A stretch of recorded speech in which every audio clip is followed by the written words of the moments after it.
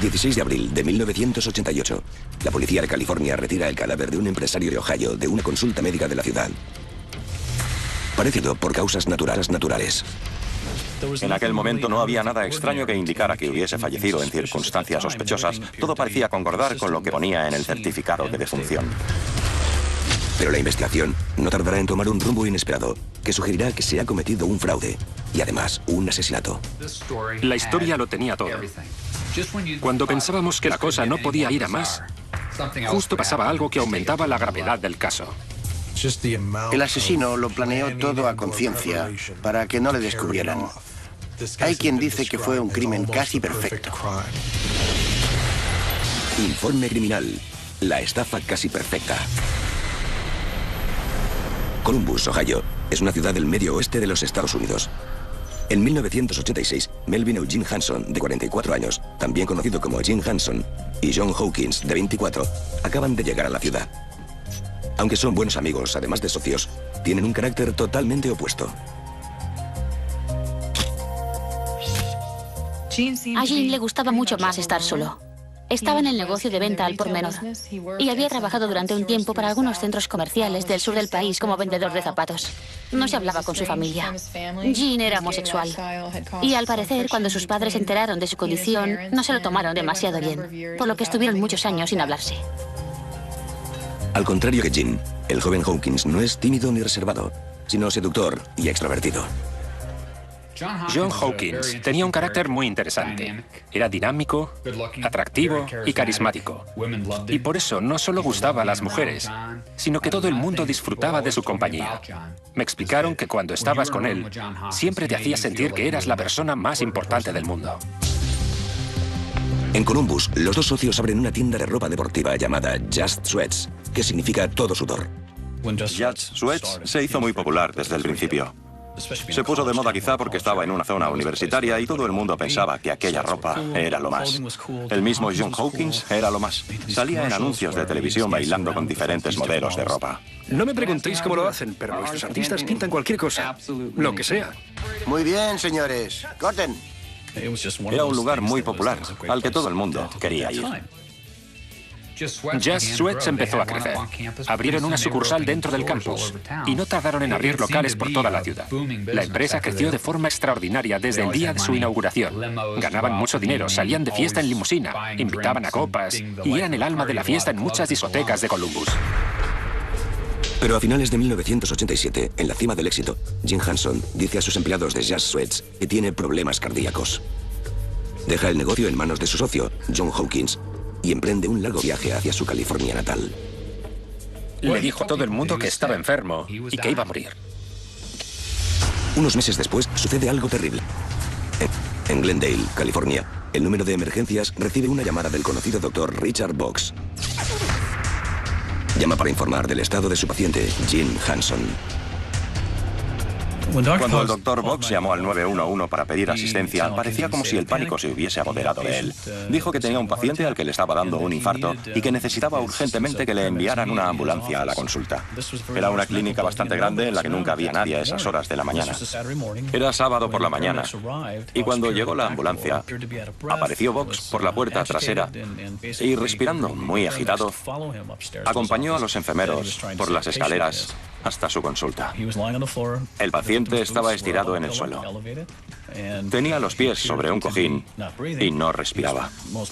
Parecía que ya estaba muerto, pero aún así, el doctor Box insistió en que intentaran salvarlo, por lo que probaron a reanimarle con el desfibrilador. Sin embargo, nada pudo salvarle la vida. De acuerdo con el procedimiento habitual, tras una llamada al 911, dos agentes de policía también se personan en el lugar. El Dr. Box les asegura que el incidente ha empezado hace unas horas con una repentina llamada de madrugada. Box dijo que el señor Hanson le había llamado por unas molestias en el pecho y que él lo había citado en su consulta para examinarlo. El médico dijo que cuando Hanson llegó a la consulta de madrugada, lo acompañó a la sala de reconocimiento para empezar la exploración. Entonces le tomó el pulso y le auscultó el corazón. El Dr. Box explica que dejó un momento la sala para ir a buscar algo. Y de pronto oyó el ruido de un golpe que venía de la sala de conocimiento. Cuando volvió a la sala, encontró a Melvin Hanson y parecía inconsciente. Dijo que Hanson se desplomó en el suelo y murió, a pesar de que trató de reanimarlo con un masaje cardíaco. Aunque el Dr. Box les muestra un archivo en el que consta que Jim Hanson tenía un largo historial de problemas cardíacos, los agentes sospechan de su versión de los hechos. Pensaron que no era normal que un médico en su sano juicio le dijera al paciente que describía un dolor fuerte en el pecho, que fuera a su consulta para que lo examinara, en lugar de mandarlo al hospital más cercano, sabiendo que tenía un largo historial de problemas cardíacos. También les extraña que el médico declare que trató de llamar al teléfono de emergencias y que no le atendieron, y que por eso la ambulancia no llegó a tiempo. El Dr. Box dijo que trató de llamar varias veces al 911. Penía estaba ocupada, cosa que podría haber sido verdad en otro momento, pero aquel sábado por la mañana hubo muy pocas llamadas. En menos de una hora, Craig Harvey, del Departamento de Medicina Forense de Los Ángeles, y un fotógrafo de la policía llegan para fotografiar y examinar el cuerpo. Cuando llegué a la escena del crimen, mi primera impresión fue que se trataba de una muerte natural. El fallecido era el paciente de aquel doctor y además tenía un largo historial médico. Había un archivo en el que constaban sus visitas médicas más recientes. Lo único que me extrañó un poco fue que el rigor mortis ya estaba bastante avanzado, cosa que me pareció un tanto prematura. Aunque como era un tipo de complexión más bien delgada, pensé que sería normal. Y no le di más importancia. En la ropa del difunto encuentran una billetera que contiene escasos documentos. En el interior de la cartera no había más que algunas tarjetas de crédito con el nombre de Melvin Eugene Hanson y una fotografía de un certificado de nacimiento de Ohio. No había ni un carné de conducir, ni ningún otro documento de identidad de los que normalmente la gente suele llevar en la cartera. Trasladan el cadáver al laboratorio forense de Los Ángeles, donde le toman las huellas dactilares y lo preparan para la autopsia. El forense encontró algo de tejido graso en el corazón, cosa que parecía confirmar la posibilidad de que Hanson hubiese fallecido tras sufrir un infarto. No había signos superficiales que indicaran que lo habían apuñalado o que le hubiesen disparado o matado de una manera u otra. No detectaron nada extraño. La causa de la muerte es oficialmente una cardíaca o una inflamación del miocardio. Teníamos un cadáver y a un doctor que nos enseñaba un expediente médico que indicaba que el difunto tenía un largo historial de enfermedades cardíacas. Por eso el forense la catalogó enseguida como una muerte natural. La noticia de la súbita muerte de Melvin Eugene Hanson pronto llega a oídos de su socio, John Hawkins, y de los empleados de Just Sweats. John se encontraba en Columbus cuando le informaron de que Jean había fallecido. Dio la noticia a los empleados que trabajaban para él en el Just Sweats. Estos se entristecieron por la muerte de Jean. A todos los trabajadores del Just Sweats les gustaba Jean. Estoy convencida de que el dolor que mostraron al enterarse de su fallecimiento fue real. El testamento de Jean Hanson indica que este cede la totalidad de su patrimonio a su socio comercial, John Hawkins. John Hawkins, al enterarse de que su socio había fallecido, rápidamente se puso en marcha y llegó a Glendale al día siguiente. Entonces se hizo cargo del difunto y se aseguró lo incineraran cuanto antes. El señor Hawkins contrató los servicios de una funeraria para que incineraran el cadáver. Pero al ver que los trámites se alargaban, encargó el trabajo a otra empresa que tardaba menos para poder regresar cuanto antes a Ohio. El 29 de abril de 1988, unas 2 semanas después de la muerte de Theo, John Hawkins presenta su certificado de defunción a la aseguradora, con la que Jim Hawkins tenía contratada una póliza. Melvin Hanson tenía contratados varios seguros de vida por un valor de más de $1 millón. El beneficiario de estas pólizas era John Hawkins. John Hawkins recibe muy pronto un primer cheque de $1 millón.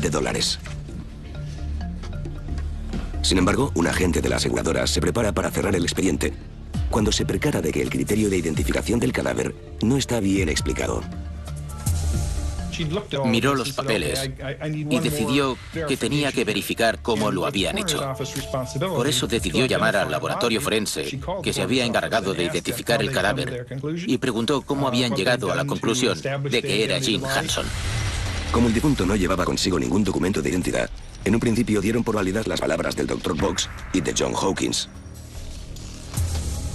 Pero para poder cerrar el expediente, la aseguradora solicita que corroboren la identidad de la víctima mediante una fotografía con las huellas dactilares. La policía de Glendale decidió ponerse en contacto con el Departamento de Vehículos de Motor de California para solicitar una copia del permiso de conducir del fallecido, porque sabían que podían tener una guardada. La idea era comparar la fotografía del permiso de conducir con la del cadáver que encontraron en la consulta del Dr. Box. Pero cuando obtienen la fotografía de Jim Hanson, hay una clara discrepancia. Al cabo, nos enviaron las fotos, pero parecían pertenecer a un hombre de 40 años o más, con la barba y el cabello canoso.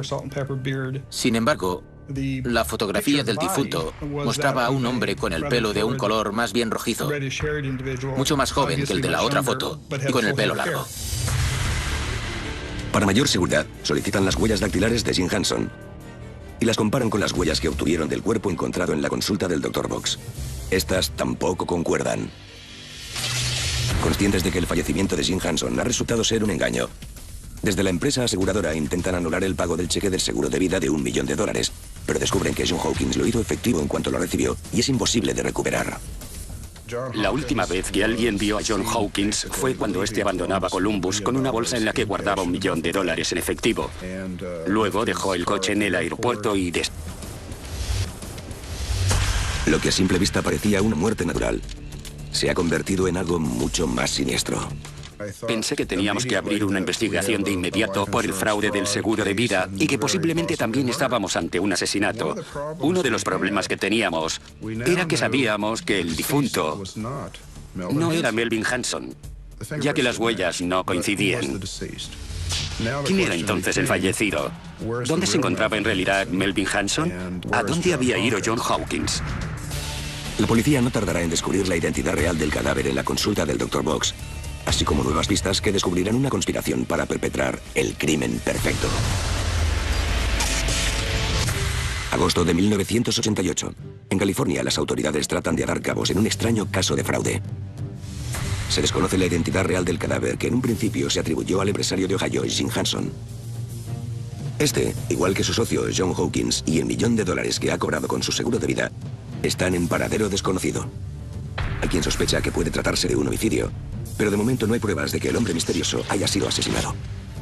Por el momento, aunque las huellas dactilares concordaran, el laboratorio forense había determinado que se trataba de una muerte por causas naturales, por lo que no estaba denunciado como homicidio en el estado de California. La única pista que teníamos era que el cuerpo se había identificado de forma errónea. Nuestro primer cometido era descubrir quién era esa persona en realidad. Desgraciadamente, el cuerpo del difunto ya había sido incinerado y por lo tanto no podíamos volver a examinarlo.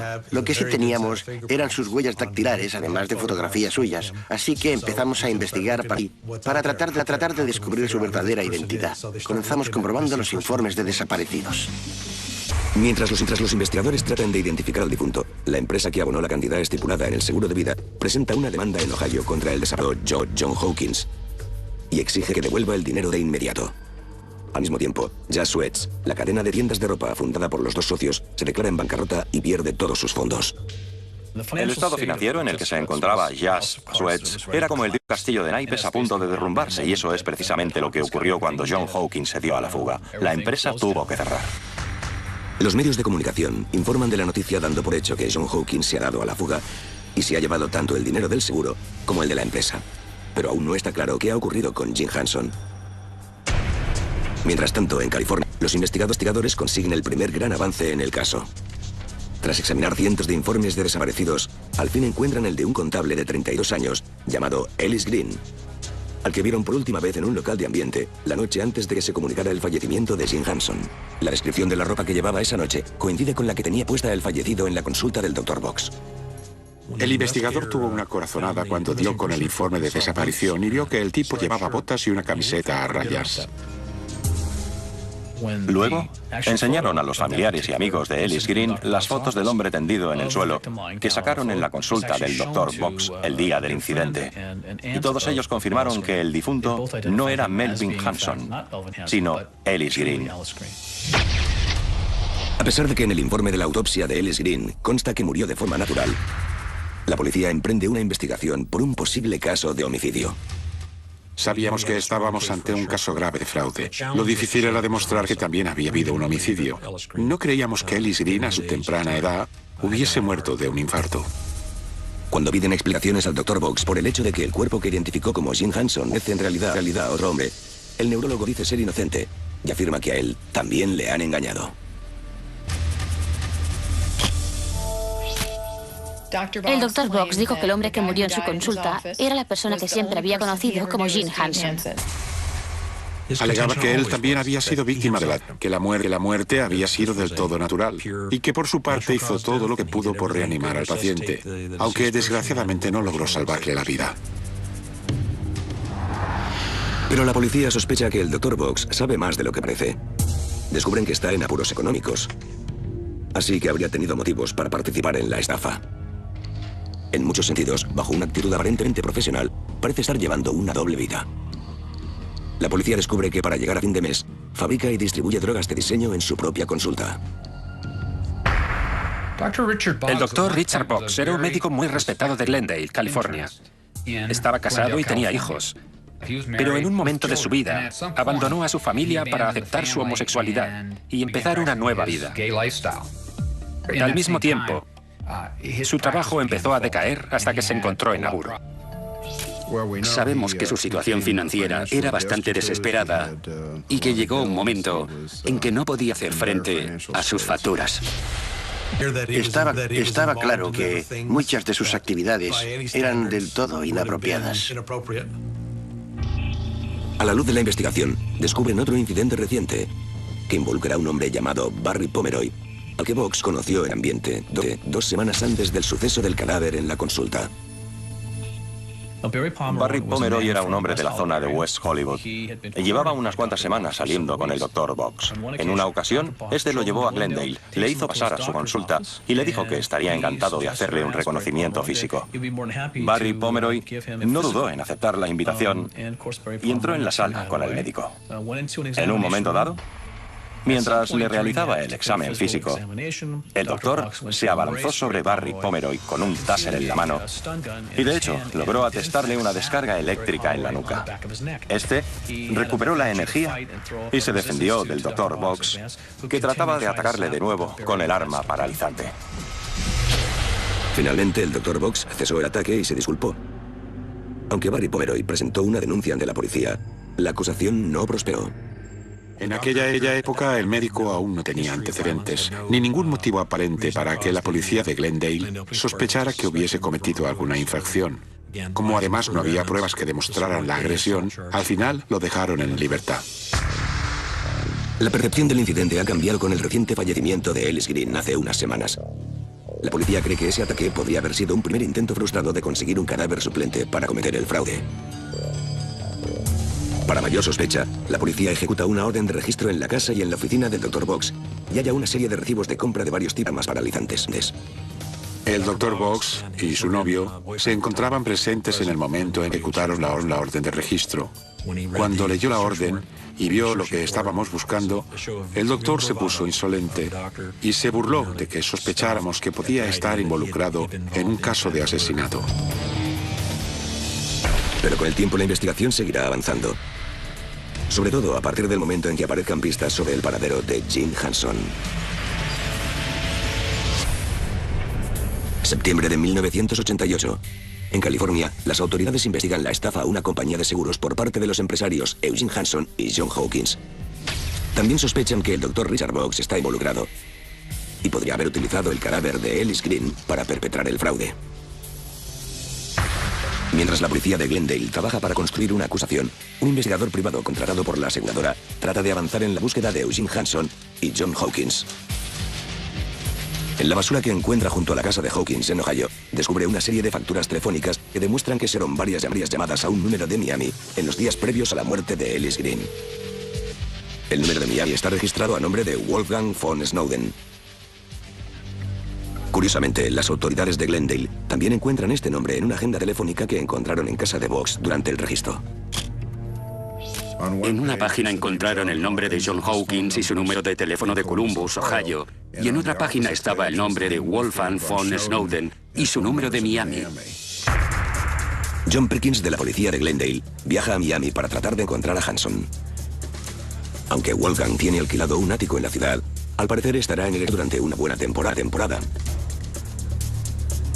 Sin embargo, su contrato de alquiler habla por sí solo. En su contrato de alquiler, sus referencias venían de parte del Dr. Richard Box y John Hawkins. Y al final se descubrió que Wolfgang von Snowden era en realidad Gene Hanson. Descubren que el número de seguridad social de Wolfgang von Snowden y el del desaparecido Eugene Hanson solo tienen un número de diferencia y que tienen la misma fecha de nacimiento. Cuando le enseñé a la gente de la inmobiliaria la foto del hombre al que conocíamos como Melvin Hanson, este lo identificó como Wolfgang von Snowden. Todo parece indicar que Gene Hanson ha estado viviendo en Miami durante los últimos meses, haciéndose pasar por extranjero. Gene se inventó el personaje de Wolfgang von Snowden, un inmigrante alemán, y se mudó a Miami, donde hay una importante comunidad alemana. Sin embargo, sus conocidos de Florida sospechaban de él, porque no sabía hablar alemán. El agente inmobiliario que alquiló el ático a von Snowden también le dice a John Perkins que le proporcionó a su cliente el nombre de un cirujano plástico de la ciudad. Según el cirujano plástico, le realizó una reconstrucción facial a Wolfgang von Snowden. Le operó los ojos para que pareciera más joven y creo que le quitó las patas de gallo. El operado también con sus médicos y podría realizarle una operación para cambiar sus huellas dactilares, y este le dijo que no. Estos avances en la investigación lo confirman que Gene Hanson sigue vivo, sino que además podría haber participado de forma activa en la estafa a la aseguradora y en el posible asesinato. Estaba claro que se trataba de una conspiración realizada para poder estafar al seguro, que el caso era mucho más grave de lo que nos habíamos imaginado y que los tres hombres estaban involucrados. No eran empresarios, sino estafadores. Y probablemente no abrieron Lara con la intención de hacer dinero con ella, sino como tapadera para perpetrar sus estafas.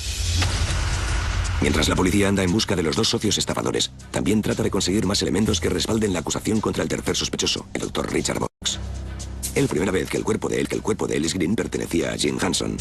Tiene su inocencia. La policía cree que participó activamente en la muerte de Green y que falsificó varios documentos médicos. El historial de problemas cardíacos fue primordial para que los forenses declarasen que murió de forma natural. Varios de nosotros comprobamos el expediente médico y coincidimos en que era falso, pero en realidad representaba el largo historial de problemas cardíacos que tenía el señor Hanson. Había notas, visitas, electrocardiogramas y todo lo que contendría el archivo real de un paciente con problemas de corazón. Pero la cuestión era, ¿cómo podíamos demostrar que un expediente clínico tan bien elaborado era falso y se había creado solo para engañar a los forenses? Analizan con detenimiento los 3 electrocardiogramas que contiene el expediente. Visité a distintos médicos especialistas en GIA para que miraran los electrocardiogramas y me dijeran si con ellos podían saber si el paciente era propenso a sufrir un infarto o si había algún elemento que indicara que tenía algún tipo de problema de salud. Todos ellos me dijeron que no, que era muy difícil saber si había algo que estuviese fuera de lo normal y que tan solo podían decirme que podría ser que la persona sufriese de taquicardia sinusal, es decir, que el corazón le latía un poco más rápido de lo normal. Poco más pudimos sacar en claro, así que fue bastante frustrante. John Perkins está convencido de que la historia clínica es fraudulenta, pero no puede demostrarlo. Con la esperanza de hallar algo que los médicos hayan pasado por alto, repasa el archivo una noche en la oficina. Sacó los 3 electrocardiogramas, que en teoría reflejaban 3 exámenes del señor Hanson, realizados en 3 ocasiones distintas a lo largo de unos cuantos años. Entonces, cogió las 3 hojas y se fijó en que los bordes no eran uniformes y que el médico las había arrancado de algún lugar. Entonces, se percató de que las hojas encajaban entre sí, lo cual indicaba que no se trataba de 3 pruebas realizadas en fechas distintas, sino que habían sido impresas una tras otra y que Box las había separado manualmente y las había fechado de forma fraudulenta. Este descubrimiento fue crucial para la investigación, ya que demostraba que Box había falsificado el historial médico y que lo había usado para engañar a los forenses. Los electrocardiogramas revelan la participación del Dr. Box en el fraude de la aseguradora. Ahora los agentes deben encontrar una manera de demostrar que Ellis Green fue asesinado, aunque ya no tengan la posibilidad de analizar su cuerpo. Octubre de 1988. La policía de California está en busca de los empresarios Melvin Eugene Hanson y John Hawkins, que han estafado a la compañía de seguros fingiendo la muerte de Hanson. El tercer sospechoso es el Dr. Richard Box, de quien la policía cree que participó de forma activa en el asesinato de un contable llamado Ellis Green para utilizar su cuerpo en la estafa. Las autoridades conocen el alias y el número de teléfono que estuvo usando Jim Hanson en Miami durante el mes previo a su supuesto fallecimiento, y empiezan a buscar pruebas documentales de la conspiración entre los 3 hombres. Recopilamos una lista con las llamadas telefónicas entre los 3 individuos, tanto de la zona de Glendale como de Columbus y Miami. Las introdujimos en una base de datos y luego vimos para empezar a atar cabos. Revisamos más de 10.000 llamadas realizadas en aquella época para saber más acerca de la conspiración. Como sospechaban, el número de llamadas entre los 3 hombres se multiplica en los días cercanos a las fechas de los sucesos más relevantes del caso, como el día del ataque fallido del Dr. Box a Barry Pomeroy. En los registros de las llamadas, pudimos ver que había un patrón que se repetía. Había llamadas realizadas la noche en que Box encontró a Barry Pomeroy en el bar. Luego había otras justo antes de que el Dr. Box se lo llevara hasta su consulta, y también poco después del intento de asesinato de Barry Pomeroy. Tan solo con mirar la lista, me podía imaginar a los 3 hombres, Hanson, Hawkins y Box, hablando sobre la operación. Fue una conspiración muy bien coordinada, que los 3 participantes supieron mantener en secreto, ya que ninguno de ellos llamó a terceras personas. Solo se llamaban entre ellos. El patrón de llamadas se hizo aún más evidente cuando asesinaron a Ellis Green. Además, una llamada que consta en la cuenta de la tarjeta de crédito del Dr. Box se realizó desde un bar a tan solo 2 calles del lugar en el que Ellis Green fue visto por última vez la noche de su desaparición. También llama la atención una breve llamada que John Hawkins realizó desde Ohio a un número desconocido de Glendale, la misma mañana en la que Ellis Green apareció muerto. No sabíamos a quién pertenecía el número de Glendale, pero lo comprobamos y descubrimos que se trataba del número de un hotel de la ciudad. Así que los investigadores se presentaron en el lugar y descubrieron que, al mismo tiempo que la ambulancia se dirigía a la consulta del Dr. Box, el señor Hanson entraba en el hotel y se registraba con su nombre falso, Eugene von Snowden. La llamada de teléfono de 1 minuto situaba al señor Hanson en Glendale en el momento del asesinato, en lugar de en Miami, donde en un principio creyeron que se encontraba. Entonces, elaboramos la teoría de que el Dr. Box y el señor Hanson fueron de bar en bar en busca de alguien más o menos parecido al señor Hanson y conocieron al señor Green, que de algún modo lo atrajeron a la consulta y al final lo asesinaron. Los 2 estaban aquí en el momento del asesinato, y John Hawkins seguía en Ohio, esperándoles con una copia del testamento de Melvin Hanson. Los registros de vuelos confirman que Jim Hanson voló hacia Los Ángeles con su verdadero nombre un día antes de que fingieran su muerte y que volvió a Miami al día siguiente con el nombre de Wolfgang von Snowden. Lo tenían todo planeado, no solo para estafar al seguro, sino también para que nadie descubriese el asesinato. Aunque existen pruebas circunstanciales que demuestran que hubo una conspiración, hay algo que todavía no encaja. El hombre al que en un principio identificaron como Jim Hanson y que en realidad era Ellis Green, falleció de una supuesta insuficiencia cardíaca. Lo que más nos traía de cabeza era que la muerte se catalogó de muerte natural. No se puede acusar a alguien de asesinato a menos que el forense te diga que la persona fallecida murió como resultado de un homicidio, es decir, a manos de otra persona. Necesitábamos que alguien refutase lo que decían los informes del forense de que había sido una muerte natural. Aunque el cuerpo fue incinerado, la policía tiene la esperanza de obtener una segunda opinión. Enseñan las fotografías y los tejidos que tenían guardados de la autopsia original al cardiólogo Michael Fishbein, un reconocido especialista en la materia. El doctor Fishbein lo miró todo y a los 2 minutos concluyó que esa persona no había muerto por una insuficiencia cardíaca. Lo difícil ahora sería convencer a los forenses. El doctor Fishbein nos proporcionó una serie de documentos y ejemplos para que viéramos carditis, coatis, cuando el paciente ha fallecido. E incluso yo, que soy un completo ignorante en el tema, vi que aquello no tenía nada que ver con el caso de Green. Los forenses lo reconsideraron y al final cambiaron la causa de la muerte a indeterminada. Aunque el hecho de que la causa de la muerte sea indeterminada abre la posibilidad de que haya habido un homicidio, la policía espera poder concretarla un poco más. El doctor Michael Baden, otro especialista, también les ofrece su opinión. Tomamos muestras de todos los tejidos del cuerpo de Ellis Green que había preservados. Miró los electrocardiogramas, el informe del forense, el informe del médico, y cuando llegó a las fotos que tomaron del cuerpo sin vida de Ellis Green, se dio cuenta de que su aspecto era un tanto sospechoso. La piel de la cabeza tenía un tono de color azulado por causa de un fenómeno llamado cianosis. Eso indicaba que, justo antes de morir, Green había sufrido falta de oxígeno. Michael Baden llegó a la conclusión de que aquel hombre había muerto de asfixia. Aunque aún se desconoce el paradero de Jim Hanson y John Hawkins, la policía cree que ya dispone de pruebas suficientes para detener a los 3 sospechosos por tramar una conspiración para cometer un delito de fraude y un asesinato. Había 3 personas involucradas en el caso y todas ellas eran necesarias para llevar a cabo la operación. Melvin Hanson era la supuesta víctima, el miembro que tenía que morir. Hawkins era el cerebro de la operación y finalmente el Dr. Box fue el brazo ejecutor del asesinato. 29 de enero de 1989. De repente, en Texas, el caso da un giro inesperado. En el aeropuerto de Dallas, los agentes de aduana divisan a un hombre sospechoso que desembarca de un avión procedente de Acapulco.